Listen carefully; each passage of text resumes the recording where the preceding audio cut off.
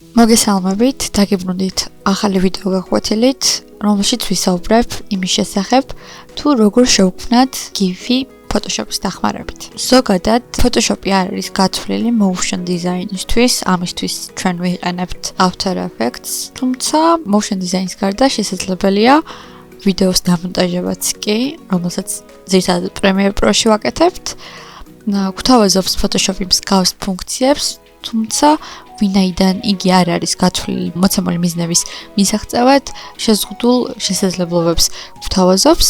მიუხედავად ამისა, ძალიან მარტივია მასში მუშაობა და თუ გვაქვს რაიმე სარეკლამო მასალა, ან მცირე ვიდეო, ან პატარა გიფი ასაწყობი, ძალიან მარტივია სწორედ ფოტოშოპის დახმარებით მისი გაკეთება. დღეს გამოვიყენებ მოცემულ ფოტოსურათს. ამ ფოტოსურათზე ჩვენ ვიმუშავეთ გასულ ვიდეოში, როდესაც შევქმნით გლიჩის ეფექტი. რეალურად გვაქვს ერთი ფოტოსურათი მოცემული, რომელიც არის შემდგომ ჩაშლილი სამ ჩანელად, ერთი ორიგინალი და ერთი ეფექტი. ამდენად გამოვიყენებ სწორედ ამ 5 layers GIF-ის შესაქმნელად. სანამ უშუალოდ მუშაობის პროცესს დავიწყებ, შეგახსენებთ, რომ გამოიწეროთ ჩვენი არხი, მოიწონოთ ვიდეო და კომენტარებში მიმითითოთ სისტემა თუ რასთან დაკავშირებით გსურთ, რომ ჩავწერო მომავალი ვიდეო გაკვეთილი. კარგი, დავიწყოთ მუშაობა.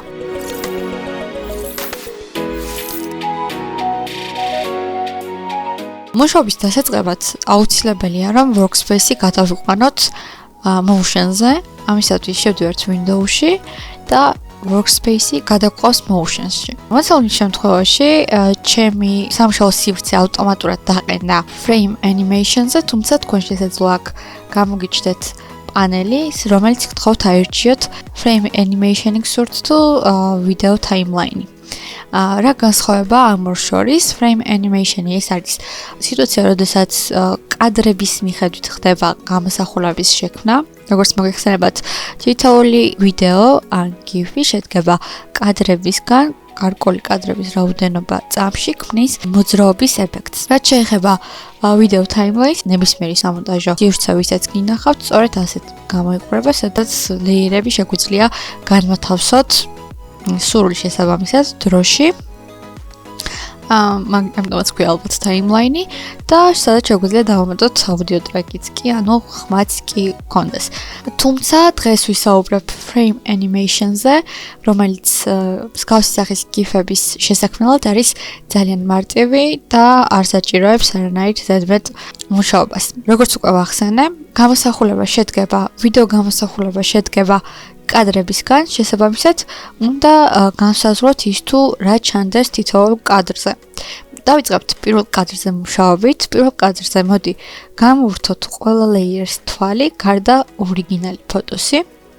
ამ ფოტოზე, როგორც გითხარით, უკვე ვიმუშავეთ გასულ ვიდეოში. თუ თქვენ არ გაქვთ ეს PSD ფაილი მზად, შეგიძლიათ დააპაუზოთ, ჩართოთ მოცემული ვიდეო, შეასრულოთ იქ მოცემული დავალება, შექმნათ გლიჩის ეფექტი და შემდგომ უკვე იმავე PSD ფაილში გააგრძელოთ მუშაობა და ააწყოთ გიფი.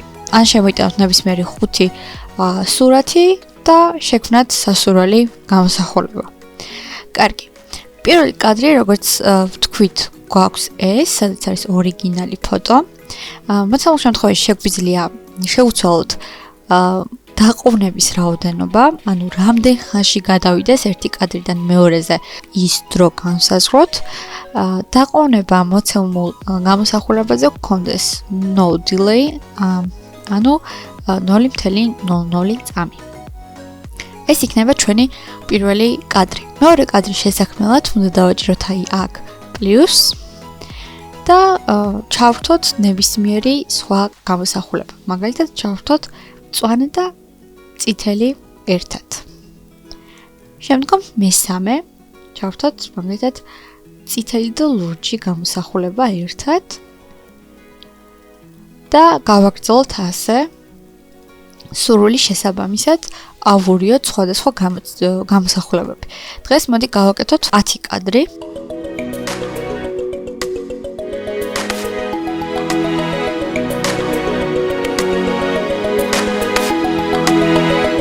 გავაკეთეთ 10 სხვადასხვა კადრი.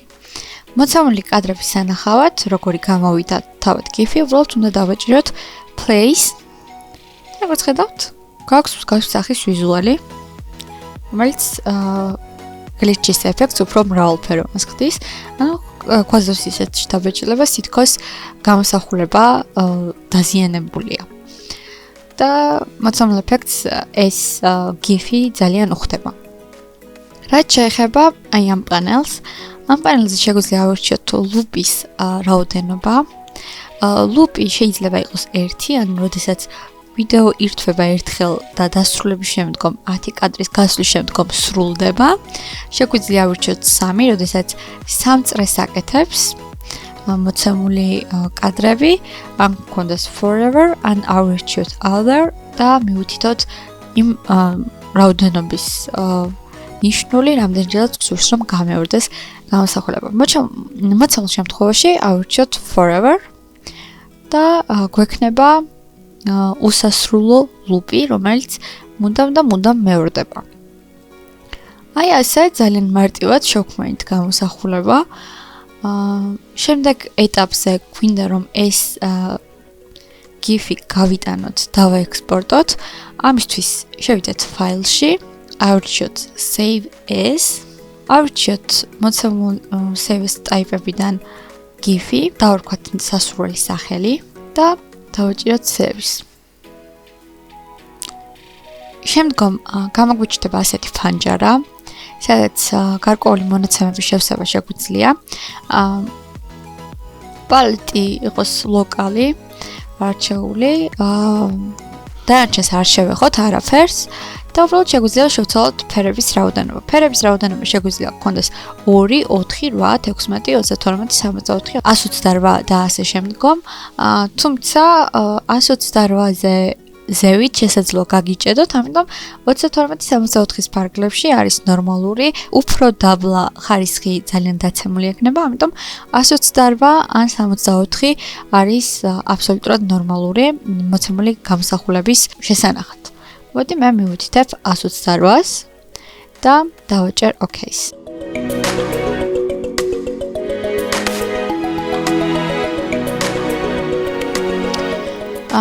შეინახა მოცემული გამოსახულება, მოდი შევიდეთ და ვნახოთ როგორი გამოვიდა.